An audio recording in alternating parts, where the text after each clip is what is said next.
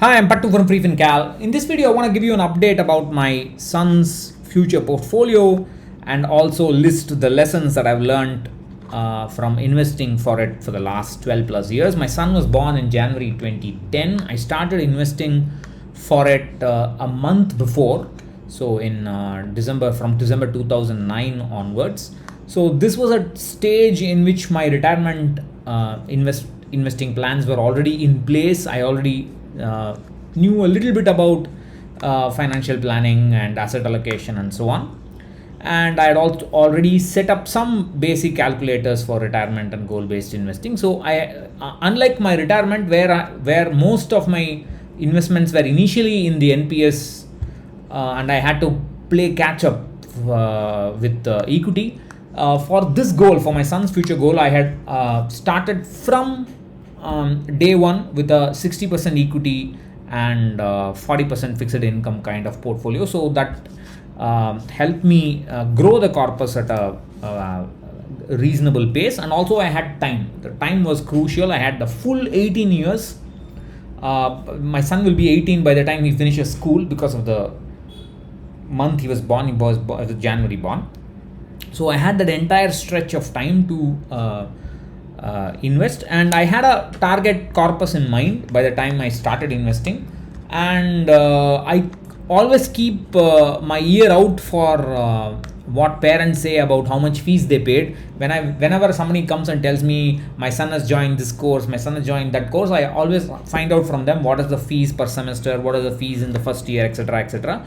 And so far my initial estimate of whatever I had in mind has always been higher than the fees I'm hearing since then.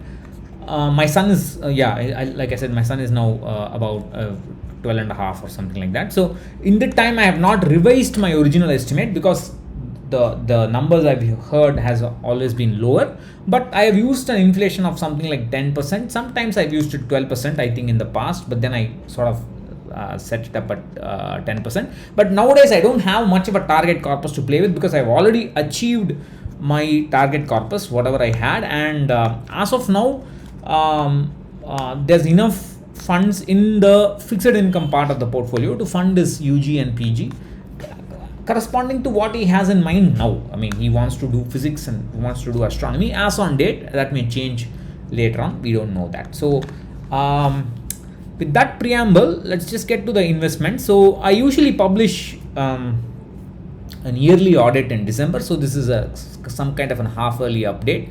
So the asset allocation is 55% equity and 45% debt. Because I have enough funds in the fixed income to fund his UG and PG even today, that gives me the confidence to hold on 55% equity, although there are only like 6.5-7 years away from school graduation. But I mean, you have to play it by ear. You can't follow strict rules every time. You have to gauge the situation and work according to that.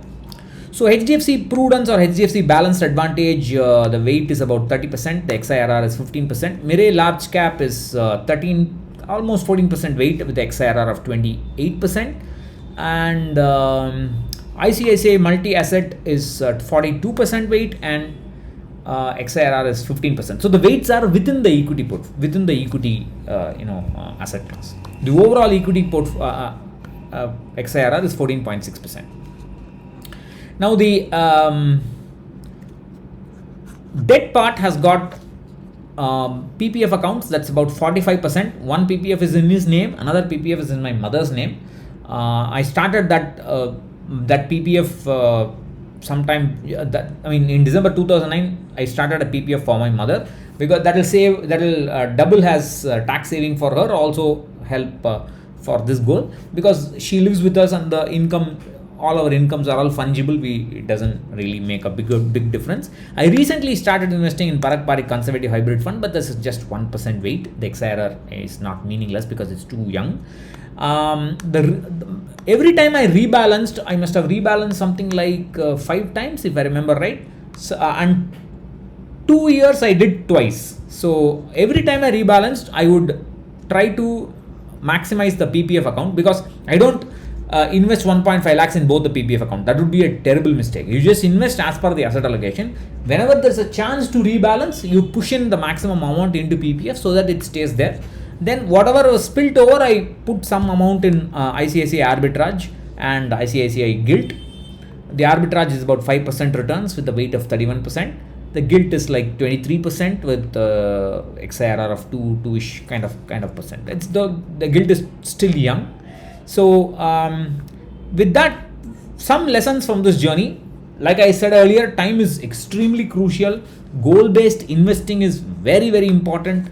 We have to have a proper target corpus in mind, and systematically in a goal-based manner reduce the risk. And because of that, I was able to emotionally handle the March 2020 crash. Luck always plays a big role. Discipline is necessary to exploit that luck. You need to be disciplined, otherwise you will miss when luck comes and knocks on your door. That's how I view it.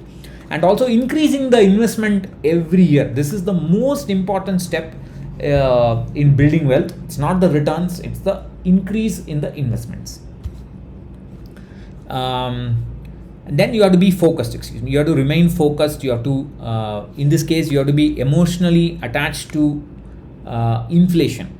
In retirement, you have to be emotionally attached to financial independence after retirement. In this case, you must understand that there is really no regulation for school fees or medical fees in India. It can be anything. 10% inflation, even that is an underestimate.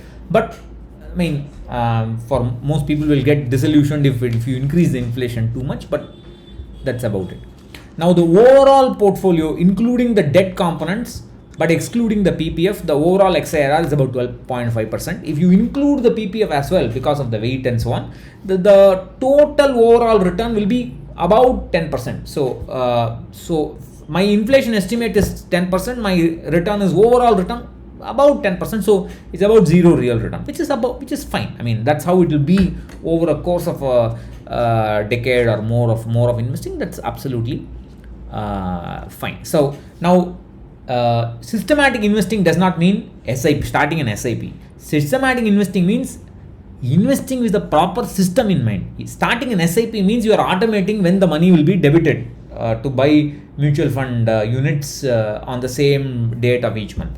That is not systematic investing. You must have a proper system in mind, a proper goal target, an asset allocation in mind, where you are going to invest, how you are going to manage the risk. That is systematic investing. And if you stay the course, there's no reason why anybody will not be successful. If I can be successful, I have no special intelligence or ability. It's just discipline. If you can be disciplined, I think most of us will be successful.